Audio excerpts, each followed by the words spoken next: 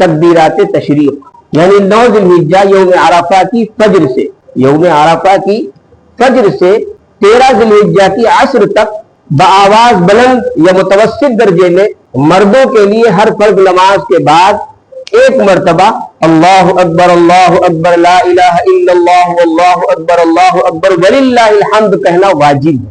مسجد میں تو خیر یاد رہتا ہے، کسی نہ کسی کو یاد رہتا ہے، کوئی بول دیتا ہے، سب پڑھنے لگتے ہیں، لیکن عورتوں کو یاد نہیں رہتا گھروں میں۔ مردوں پر تو واجب ہے، لیکن عورتوں پر واجب ہے یا نہیں تو 2 قول ہے اس بارے میں۔ ایک روایت یہ ہے کہ مستحب ہے عورتوں کے لیے، لیکن دوسرا قول یہ ہے کہ ان پر بھی واجب ہے، لیکن زور سے کہنا واجب نہیں ہے بلکہ آہستہ کہنا واجب ہے۔ احتیاط اسی میں ہے کہ گھر میں جو خواتین ہیں وہ بھی ہر فرض نماز کے بعد یہ تکبیر ایک مرتبہ آہستہ آواز سے کہہ لیا کرے، اسی میں احتیاط ہے۔ بہرحال اس کے بعد اس عشرے کے اندر جو سب سے بڑا عمل ہے وہ ہے قربانی کا عمل۔